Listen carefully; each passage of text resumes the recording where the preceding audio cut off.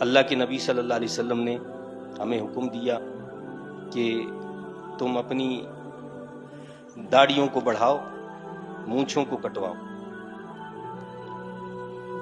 داڑھی بڑھانے کا حکم دیا، مونچھیں کٹوانے کا حکم دیا، تاکہ کفار سے تمہاری مشابہت نہ ہو، اور ہم نے اس سے الٹا طرز عمل اختیار کیا۔ اللہ کے نبی صلی اللہ علیہ وسلم نے سورج طلوع ہوتے وقت اور سورج غروب ہوتے وقت عبادت سے ہمیں منع کیا۔ کیوں؟ تاکہ دوسری قوموں سے، دوسرے لوگوں سے تمہاری مشابہت نہ ہو۔ یہ وہ اوقات ہیں کہ جن میں اللہ کے سوا دوسروں کی عبادت کرنے والے لوگ عبادت کرتے ہیں۔ سورج کی پوجا کرنے والے سورج کی پوجا کرتے ہیں، لہٰذا اہل ایمان کو حکم دیا کہ نہ تم نے طلوع کے وقت نماز پڑھنی ہے، نہ غروب کے وقت نماز پڑھنی ہے، مشابہت نہ ہو، مشابہت سے روکا۔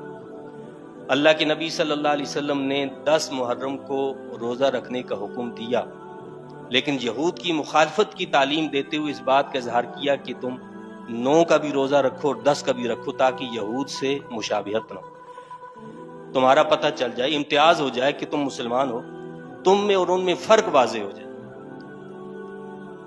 اللہ کے نبی صلی اللہ علیہ وسلم نے جتنی بھی ہمیں تعلیمات دی، ان میں ایسے ہی احکامات دیے ہیں کہ جن میں ہمیں اس بات کا حکم دیا کہ تم نے نہ یہودیوں کی مشابہت اختیار کرنی ہے، نہ نصارہ کی مشابہت اختیار کرنی ہے، نہ کفار میں سے کسی اور کی مشابہت اختیار کرنی ہے، اس لیے کہ من تشبہ بقوم فہو منہم، جو کسی قوم کی مشابہت اختیار کرتا ہے اس کا شمار اسی میں کیا جاتا ہے۔ قیامت کے دن اسی قوم کے ساتھ اسے کھڑا کیا جائے گا جس کی اس نے نقالی کی ہوگی، جس کی تہذیب کو اپنایا ہوگا۔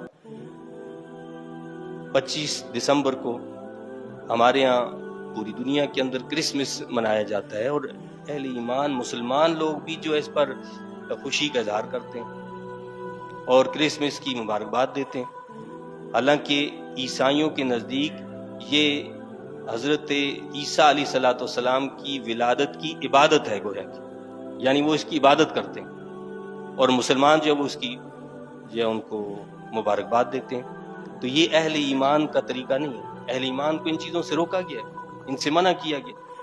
بسنت کا تہوار منایا جاتا ہے، ویلنٹائن ڈے منایا جاتا ہے، اور اپریل فول منایا جاتا ہے، اور اسی طرح جو ہے نیو ایئر منایا جاتا ہے۔ یہ ساری چیزیں ہمارے پاس جو آئی ہیں، یہ سب تو وہ ہیں جو اسلام کے خلاف ہیں۔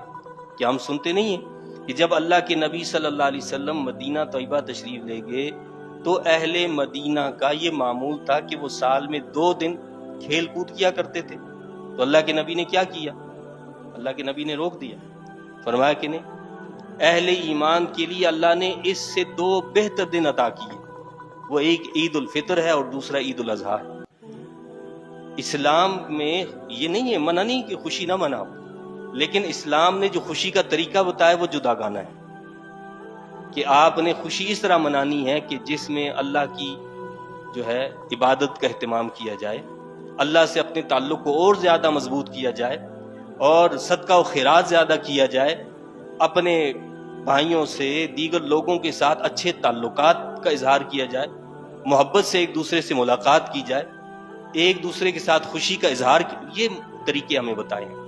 ڈانس، ڈھول باجے، شراب، یہ ساری چیزیں، ان سے اسلام نے ہمیں روکا ہے، اور ہم جو کرتے ہیں وہ سارا وہی کام کرتے ہیں کہ جس میں اللہ کے نبی صلی اللہ علیہ وسلم کی تعلیمات کی خلاف ورزی ہوتی ہے۔ تو لہٰذا یہ 25 دسمبر جو ہے، اور جس میں ہم کرسمس جو ہے اس کی مبارکباد دیتے ہیں، ان چیزوں سے ہم نے اجتناب کرنا ہے۔ ہمارے بچوں کے ذہنوں کے اندر بھی یہ بات ہونی چاہیے کہ یہ ہمارے تہوار نہیں ہیں۔ ہم یہ سمجھتے ہیں کہ شاید یہ ہمارے تہوار ہیں، ہماری خوشی کے ایام ہیں، ایسا نہیں ہے۔ یا بسنت ڈے منایا جاتا ہے، یا دیگر جتنے بھی ایسے ڈیز منائے جاتے ہیں، ان کا ہمارے دین سے کوئی تعلق اور واسطہ نہیں۔ ہمارے جو تہوار ہیں وہ شب معراج ہے، شب برات ہے، میلاد مصطفیٰ کریم علیہ الصلوۃ والسلام ہے، عید الفطر ہے، عید الاضحیٰ ہے۔ یہ سارے وہ تہوار ہیں جن کا اسلام سے، مسلمانوں سے تعلق ہے، اور ہمیں اپنی نسلوں کو، اپنے